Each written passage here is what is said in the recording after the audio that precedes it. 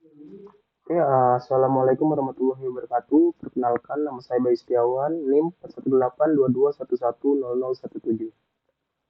Oke, pada kesempatan kali ini saya akan membawakan presentasi UAS Komputer Masyarakat tentang hak kekayaan intelektual dalam negeri.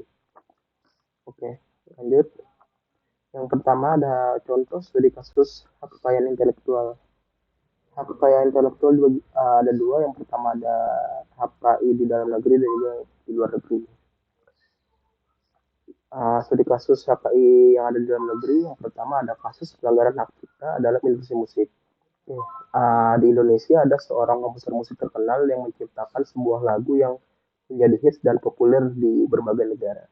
Namun ada seorang produser musik yang tidak memiliki izin atau lisensi dari komposer tersebut. Namun seorang produser musik ini yang tidak memiliki izin memproduksi ulang lagu tersebut dan menjualnya tanpa memberikan royalti kepada sang komposer.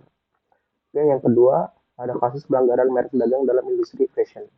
Ya, ada sebuah merek fashion lokal yang sangat terkenal di Indonesia yang memiliki merek dagang yang terdaftar untuk produk mereka. Namun perusahaan lain ini ada yang sengaja melakukan uh, menggunakan merek dagang mereka ya, atau yang mirip lah dengan produk fashion mereka dengan tujuan memanfaatkan popularitas merek dan juga membingungkan konsumen. Oke. Terus kemudian ada kasus pelanggaran hak paten dalam industri teknologi. Ada sebuah perusahaan teknologi di Indonesia telah mengembangkan sebuah produk baru yang memanfaatkan teknologi canggih yang dijaga dengan hak paten.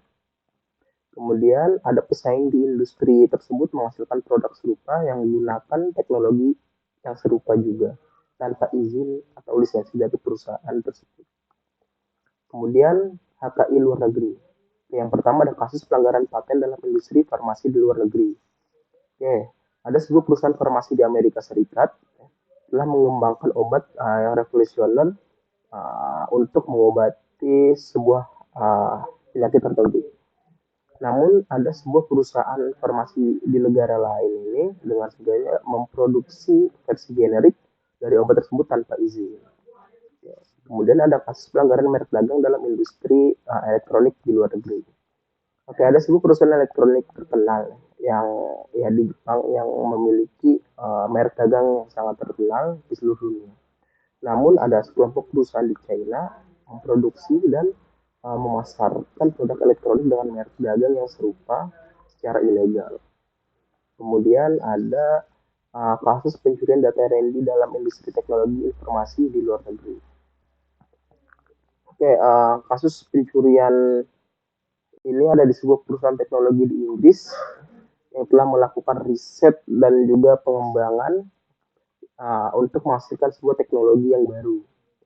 Namun ada seorang karyawan yang pindah dari perusahaan tersebut ke perusahaan pesaing di Amerika Serikat, uh, di Amerika Serikat dan mencuri data R&D dari perusahaan Inggris tersebut.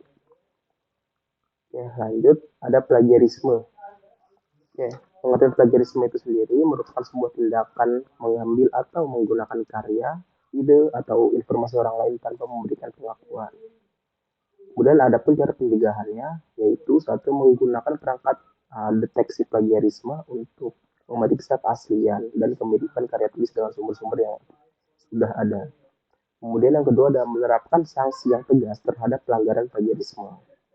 Yang ketiga, mengajarkan pengguna citasi dan referensi yang tepat untuk memberikan pengakuan yang layak kepada karya orang lain.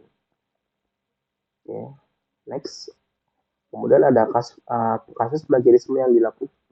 Ada kasus plagiarisme di Indonesia. Yang pertama ada kasus plagiarisme yang dilakukan oleh 3 dosen di salah satu universitas ternama di Indonesia.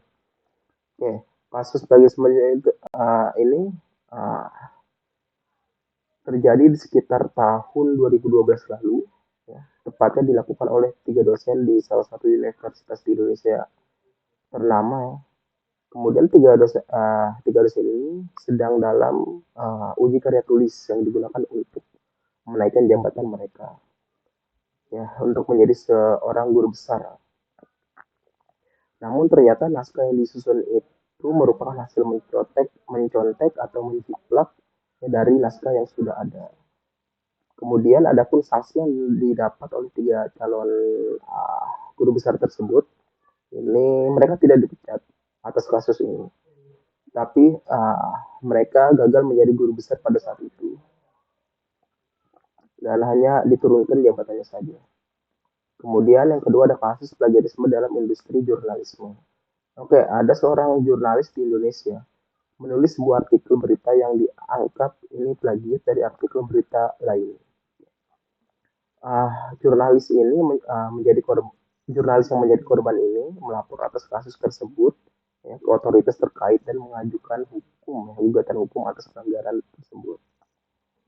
Oke, kemudian ada kasus plagiarisme dalam buku teks. Oke, ada seorang penulis di Indonesia menerbitkan sebuah buku teks yang memiliki samaan yang mencolok dengan buku teks yang sudah diterbitkan oleh penulis sebelumnya.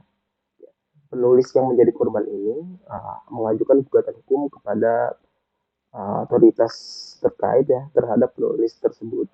Setelah proses pengadilan berlangsung, pengadilan memutuskan bahwa penulis yang melakukan plagiarisme ini harus membayar denda ya, atau ganti rugi kepada sang penulis yang menjadi korban. Oke, next ada masyarakat informasi. Ya, masyarakat informasi merupakan sebuah konsep yang mengacu pada perubahan sosial, ekonomi, dan budaya yang terjadi sebagai akibat dari kemajuan teknologi informasi dan komunikasi. Dalam masyarakat informasi, akses mudah terhadap informasi dan kemampuan berkomunikasi secara cepat menjadi faktor utama yang membentuk interaksi dan aktivitas masyarakat. Kemudian ada contoh studi kasus masyarakat informasi. Di sini saya mengambil contoh studi kasus penyebaran informasi berita palsu. Ada sebuah berita palsu atau hoax tentang wabah penyakit yang menyebar melalui platform media sosial dengan cepatnya. Berita palsu ini menyebabkan kepanikan dan kebingungan di antara masyarakat yang mengakibatkan perubahan perilaku dan tindakan yang tidak rasional. Meskipun upaya yang dilakukan untuk mengungkapkan kebenaran dan membatasi penyebaran berita palsu. Informasi yang salah tersebut tetap menyebar dengan luas di masyarakat informasi. Dalam kasus ini, media sosial memperlihatkan dampak negatif dalam menyebarkan informasi yang tidak diverifikasi secara akurat dan dapat mempengaruhi kehidupan sosial dan politik masyarakat. Oke, kemudian ada analisa diri pribadi menggunakan metode SWOT. Yang pertama ada strength. Satu, saya menyukai hal baru, kemudian mempunyai pengalaman di bidang telekomunikasi, kemudian yang ketiga, pantang merah. Kemudian ada weakness. Yang pertama, saya ini seorang sedikit panik. Kedua, menggambarkan suatu pekerjaan. Dan ketiga, tidak terlalu percaya diri ketika berbicara di depan orang banyak. Kemudian ada opportunity. Yang pertama, saya memiliki skill lebih di bidang telekomunikasi, kemudian relasi cukup banyak, dan juga lingkungan yang mampu mendukung dan meningkatkan keterampilan. Kemudian threat, ada kondisi finansial, mungkin kurang, terus kemudian teman sebaya yang terlihat lebih ahli di bidang yang sama, dan juga rekan kerja yang memiliki semangat kerja yang kurang sehingga dapat menghambat diri sendiri. Oke, terakhir menceritakan sebuah kegiatan pengabdian masyarakat yang telah kami lakukan. Oke, dalam pengabdian masyarakat kemarin, saya dan kelompok saya mengambil tema tentang jaringan komputer. Oke. Di sana saya membahas tentang pengertian jaringan, perangkat-perangkat jaringan, topologi yang sering digunakan, kemudian OSI layer, dan juga topologi-topologi. Selain itu, kami juga